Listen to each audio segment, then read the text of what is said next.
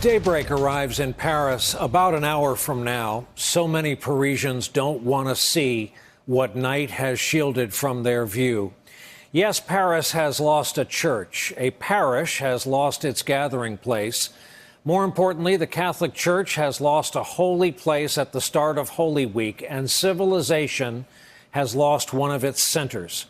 What we watched burning today was architecture of global importance, an icon containing icons and treasures in a building that survived in no particular order: Crusades, Reformation, Revolution, and 2 world wars.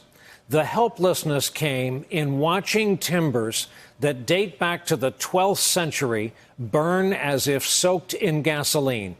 A still photo shows the first signs of smoke, but even then, the damage was rolling its way through.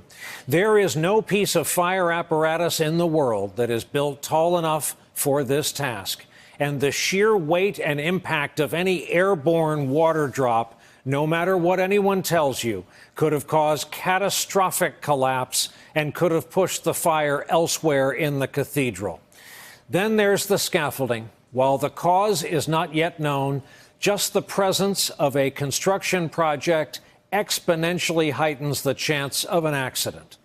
Tonight, the mayor of Paris sent out this picture showing some of the items saved from the fire. Not seen, though reported to have survived, are the 2 most important to Catholic believers: the crown of thorns and a portion of the cross from the crucifixion. As life in Paris came to a mournful standstill today, hymns broke out on city streets.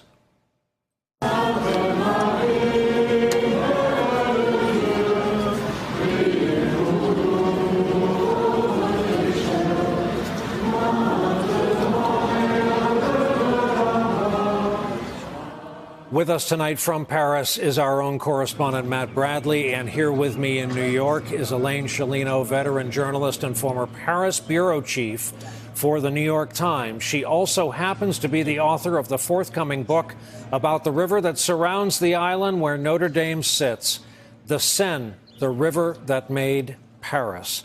Good evening and welcome to both of you. Matt, I'd love to begin with you to ask you what it has been like in these overnight hours in a city defined by its streets, by cafe society, by its love of life.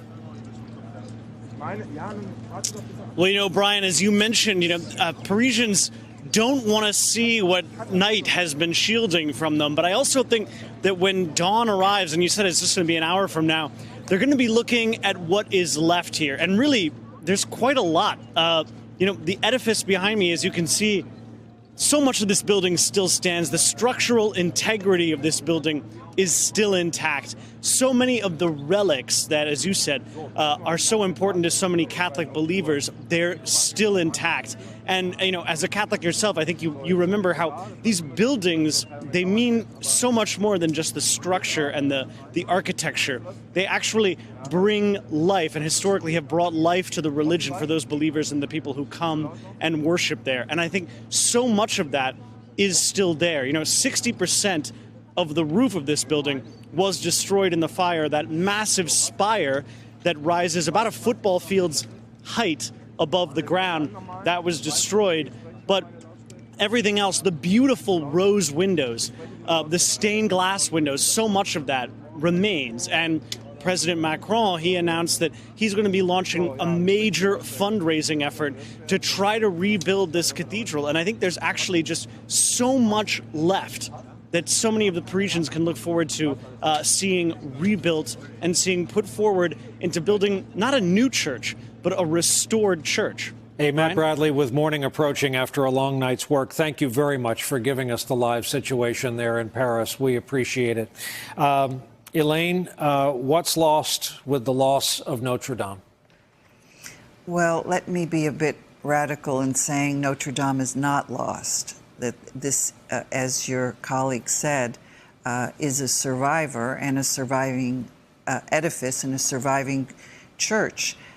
Much of it remains intact. The stones are intact. And the most dramatic image that we saw playing over and over was the toppling of the spire. And what many of your viewers may not know is that spire was put up in the mid-19th century Brand new by in Notre Dame terms. Viollet-le-Duc. And many people didn't like what he did with that spire.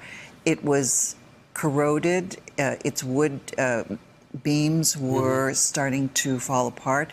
And it may be a blessing in disguise that the shape of this building, which has been basically very degraded in recent decades, is now before the world view, and we can see that how dramatic a renovation is needed. Hey there, I'm Chris Hayes from MSNBC. Thanks for watching MSNBC on YouTube. If you want to keep up to date with the videos we're putting out, you can click subscribe just below me, or click over on this list to see lots of other great videos.